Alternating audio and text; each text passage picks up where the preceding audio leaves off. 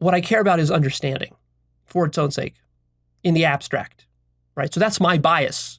You might not have that bias. And the reason I might have that bias, you don't know, if we take the sort of past lives model seriously, and I'm not saying that it's literally the case, but it's an interesting theory, sort of like you have past lives and then you live through these lives, and in each life you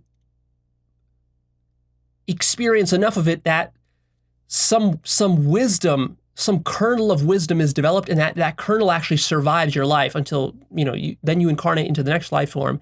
And then from that one, you're still tapped into there's some of that old residual wisdom that's left. It's not like in some verbal form. It's not like you retain some teaching that I told you through this video in your next lifetime. That's not what I mean. I mean that overall, once you've lived your entire life, you've sort of, what happens is, what I notice is that you exhaust certain motivations and needs. Have you noticed this in your own life, for example? That like when you were younger, maybe when you were a teen or when you were in your 20s, there was something that you were super passionate about that was so important to you, whatever it was. Might have been family, might have been relationships, might have been religion, might have been science, might have been skepticism, might have been rationality, might have been success, might have been money, might have been health, might have been working out, whatever. But then you do that thing for 5 or 10 years, and then you kind of just get over it. And then one day it's almost like you've become a new person or a new being, in the sense that you've transcended that, like you've gotten it out of your system. And you don't feel motivated by that thing anymore. Like at a certain point, you've earned enough money where it's like, okay, I've done that. I've done enough business to the point where starting a new business doesn't excite me anymore. It would just be the same old thing. I need something new to satisfy my soul. Yeah? Maybe you've experienced this in some capacity. I think all of us do. I think for some people, it can take them an entire lifetime, or it can take them decades to get something out of their system. In some cases, you might be so stuck on a thing that you never get it out of your system in this one lifetime. Like maybe you're so stuck on sex that that's all you're concerned about, and your whole life will be devoted to that, to the pursuit of it. And you're never going to get it out of your system, no matter how much sex you have in this lifetime. But from that process, what I'm hypothesizing here is that you could learn some sort of deeper meta lesson, a lesson that goes beyond just this one lifetime, which will stick with you, with your spirit, let's say, if you want to call it that, such that in your next incarnation, you're not going to be so driven by the sex. You're going to just quickly get over it. It's not like you'll still have some sex, but it's like your life's not going to be about that.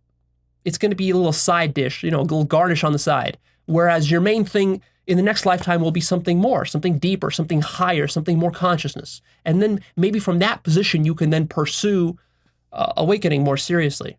So I want you to just to double check yourself. Are you pursuing awakening because maybe you're just like a monkey see, monkey do, and you hear me talking about it so much that you've just internalized this as some goal that you need to have, when in fact you don't need to have it?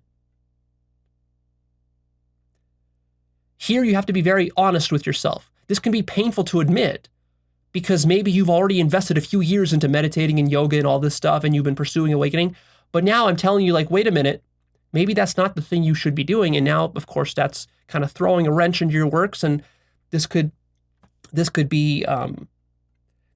feel threatening to you, because you don't want to be robbed. You feel like you've already been on this path and now you want to go, but it feels like now I'm taking that motivation away from you, making you doubt yourself. Well, that's part of this work.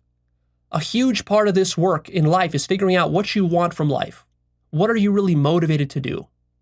Sometimes, a lot of times actually, because of the media we watch, or because of the ideas we hear from our teachers, professors, our parents, our rabbis, and our religious leaders and so forth, we get certain ideals into our minds. Like, well, I should be a good person. I should be like Christ. I should be like a Buddha. I should become a monk. I should follow what Leo says. I should awaken, and I should do all this stuff.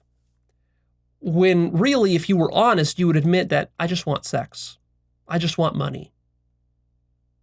I just want pleasure. I just want a big house with a fast car and I want to go fly around the world and party and do this sort of stuff. See, that can be hard to admit. In this sense, ideals can be dangerous because they can be inauthentic.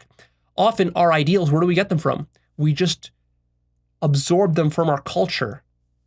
And then we think that they're our own goals and desires and motivations, but actually they're not. And it can be difficult to admit to ourselves that, wait a minute, this ideal that I've been chasing, it's just been sort of a fantasy that I picked up because, I went to 10 years of Sunday school and, they drilled it into my mind that I need to be Christ-like and that sex is wrong. See, but that's an inauthentic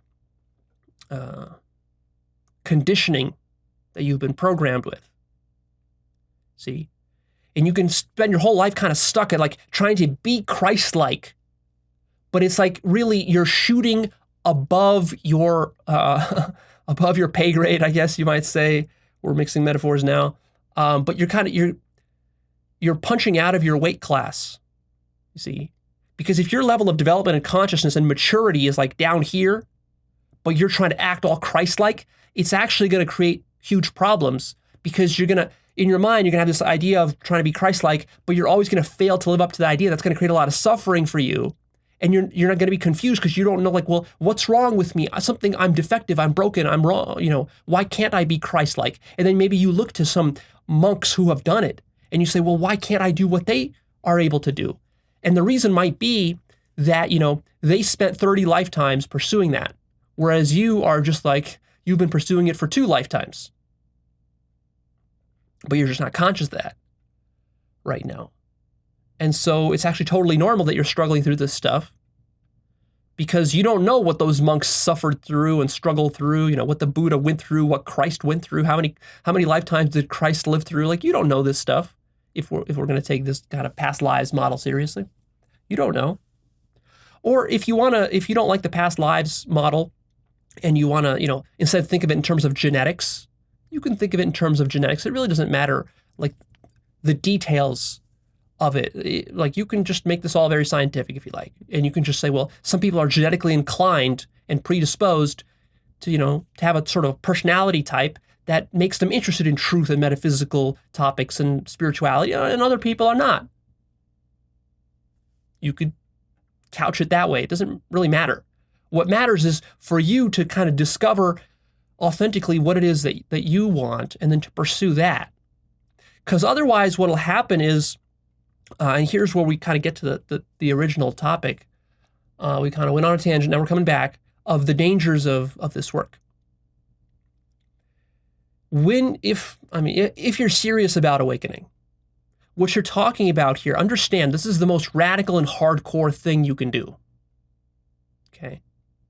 So if my teachings seem dangerous, yeah, because we're talking about life and death issues here. We're talking about the software that is running your entire life, and not just that, but beyond that, we're literally talking about the software that creates a sense of physical reality for you. So when we're talking about awakening, we're talking about becoming conscious of all of that and transcending all of that. See, this is very threatening for most people. This might mean the loss of friendships and family connections. This might mean you have to abandon your family. This might mean you have to abandon your business. This might mean you have to abandon your house. This might mean you have to abandon your country. This might mean you have to abandon your religion. This might mean you have to give up your national identity. And this is still just the tip of the iceberg of what might be required here. In the end, you're going to have to give up your whole life, basically, for this. And if you're thinking, well, Leo, then why would I do it? Why would anybody do it? Well, then you're not ready. You see, if you're asking that question, you're not ready. You don't have enough innate wisdom and consciousness to realize why somebody would want to pursue the truth despite all of those costs. See, if you were really at a certain level of development and spiritual purity, you would want the truth no matter what. See, you wouldn't be held back by these things. You wouldn't be so interested in these things. You wouldn't be so attached to these things. You would want to know what the truth is. You'd want to know what God is. You'd want to know what life is. You'd want to know what reality is, just for its own sake. And if you're not there, then you're not there. And it would be good to admit it rather than to fake it.